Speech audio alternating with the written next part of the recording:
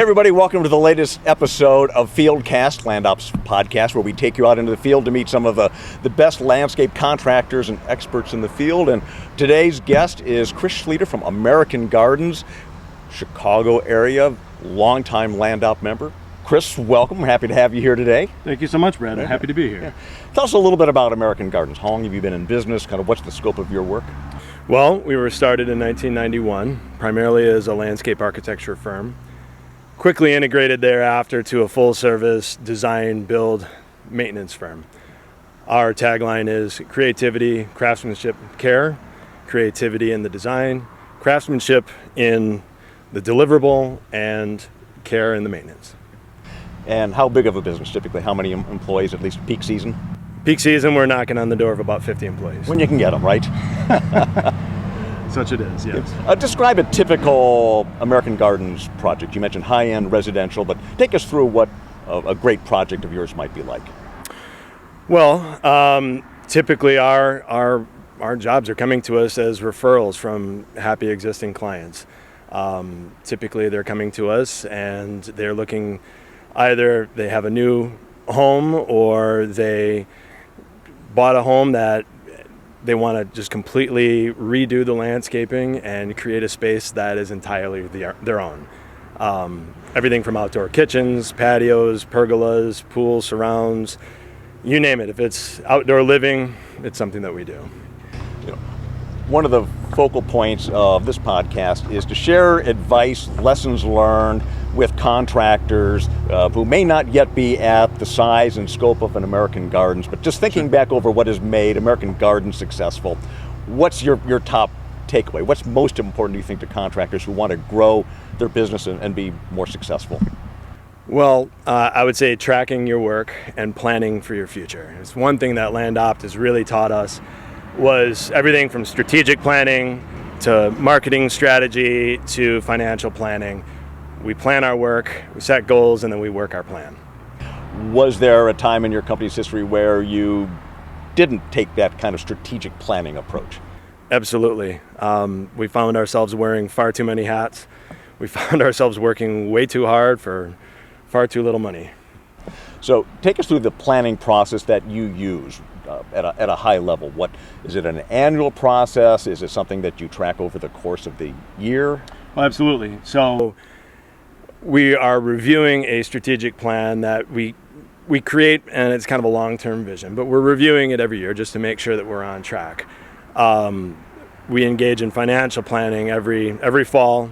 We're looking at how we performed throughout the previous years.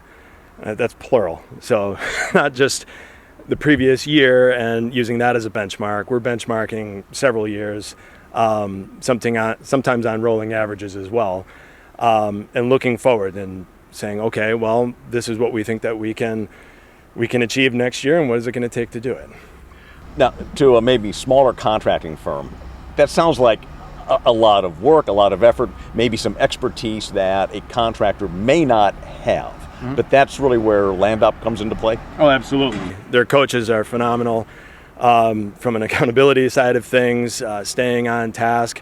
Because, let's face it, we have day jobs. We have to go out, and we need to make sure that we're putting jobs in the ground and taking care of our customers. And while that's the primary objective, staying on task with the planning process is really something that the coaches, they hold us accountable for.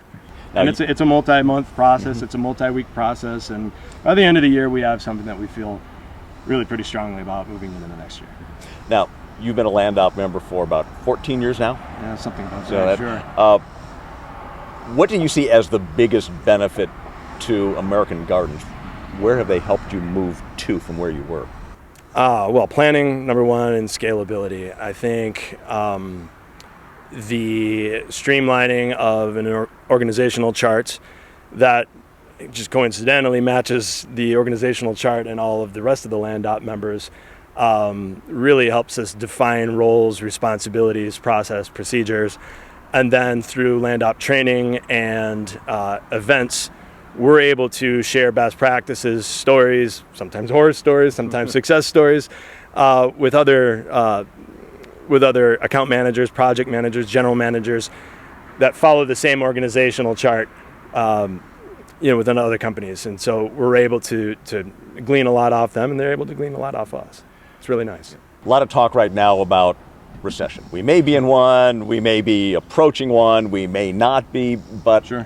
What's the level of concern among contractors here at this LandOpt meeting about recession, and what do you do about it, if anything? Well, Brad, if I had a crystal ball, I'd certainly play the lottery more often, but I don't. And one thing I do know is that nobody saw the pandemic coming, and I firmly believe that it was a lot of the efforts and the coordination with LandOpt coaching us through some of the things, the PPP program and some other things that really helped us not only survive the pandemic, but thrive in the pandemic. And I feel comfortable speaking for the rest of my LandOpt friends and network members that they had similar experiences as well.